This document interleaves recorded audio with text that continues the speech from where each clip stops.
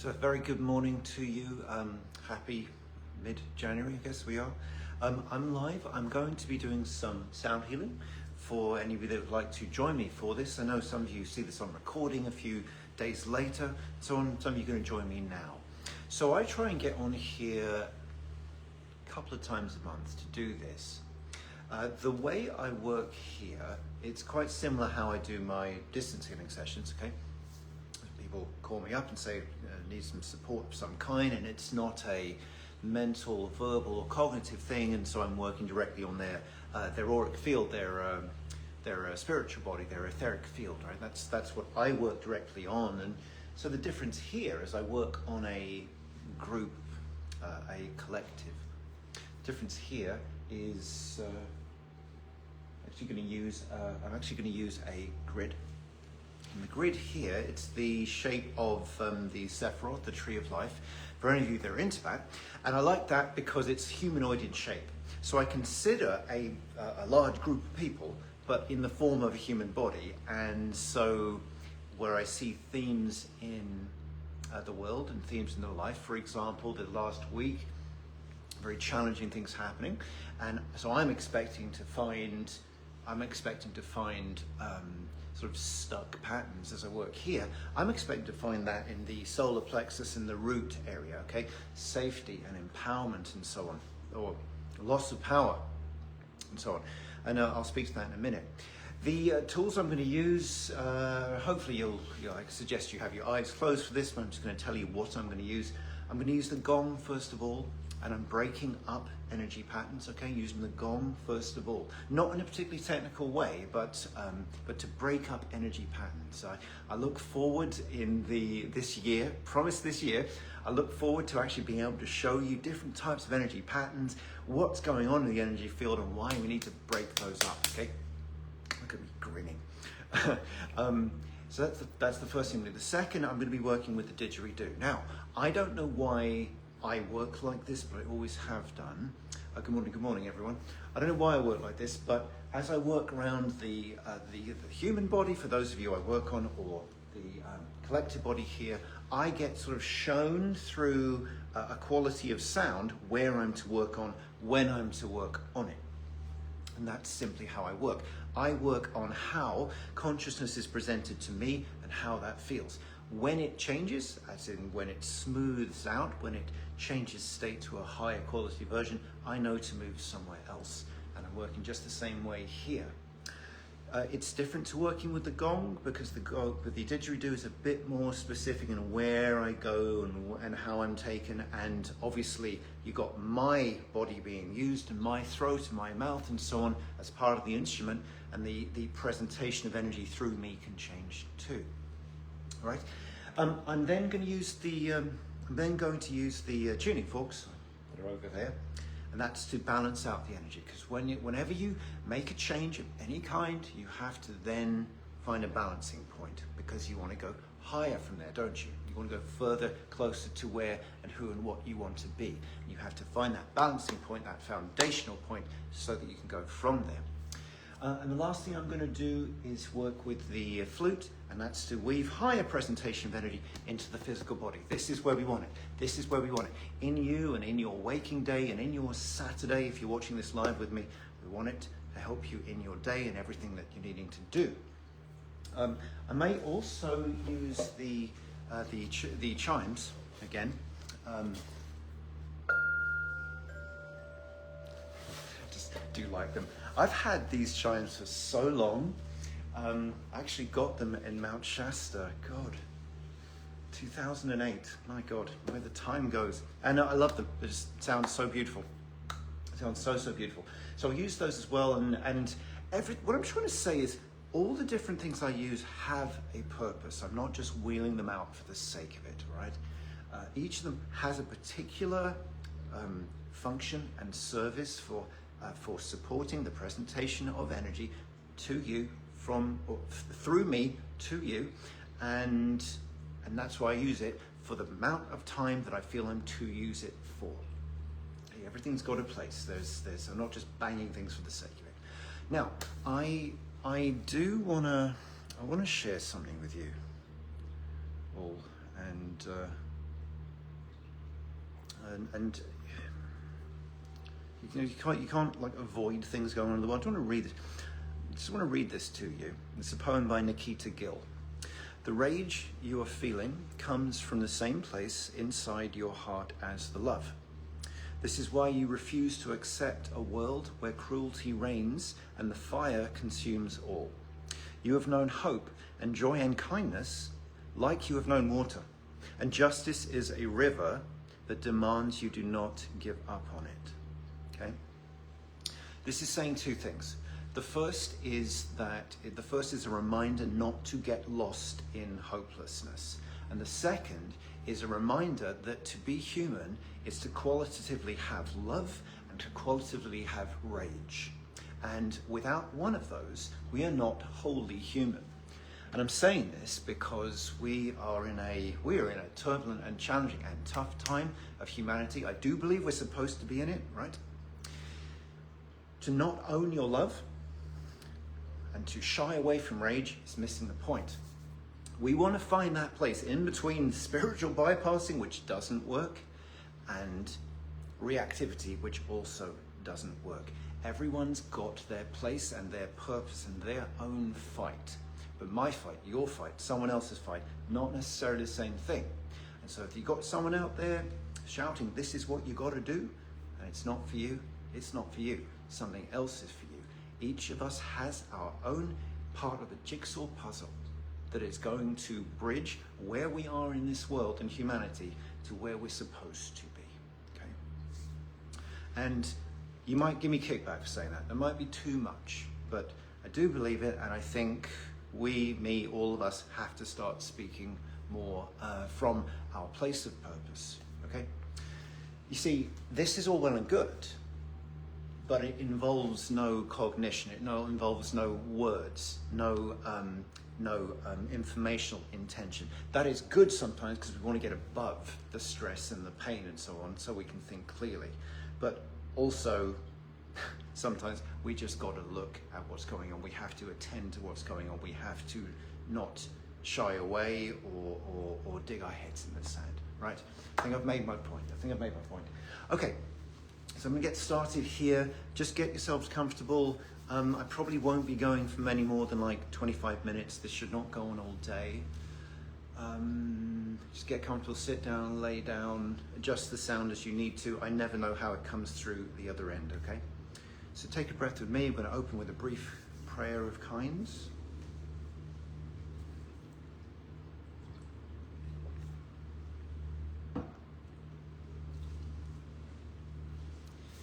So just take a breath to the heart, the chest, the heart center there.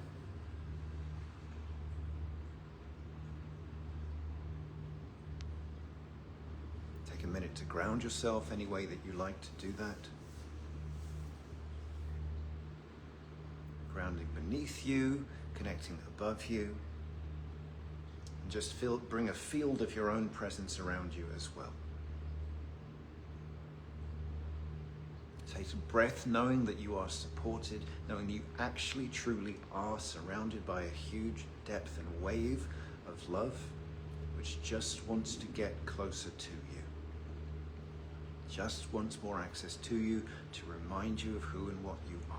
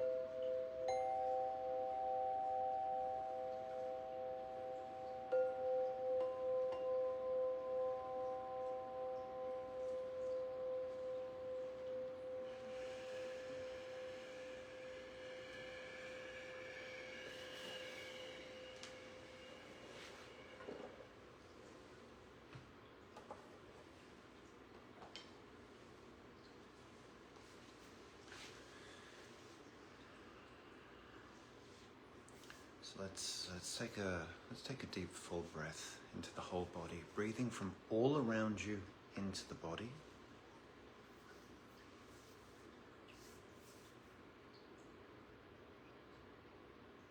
With your chest, your heart center as the focus of your attention.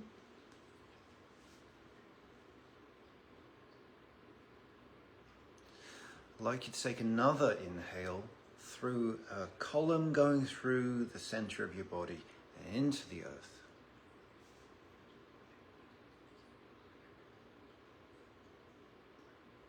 And that's to help ground you, but that's also the central channel of your toroidal field.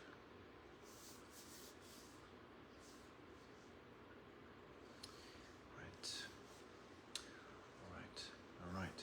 Well, so drink here. It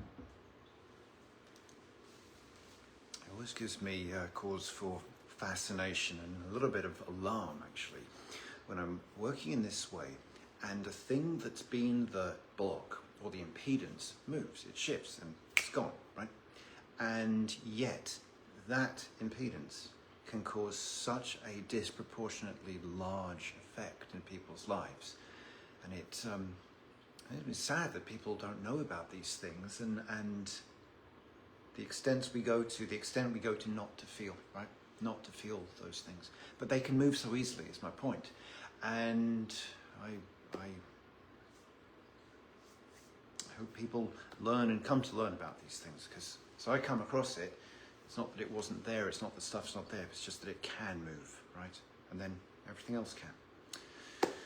Okay, well, thank you ever so much for hanging with me for a few minutes there. I hope it supported you, I trust it has, whenever you're seeing this.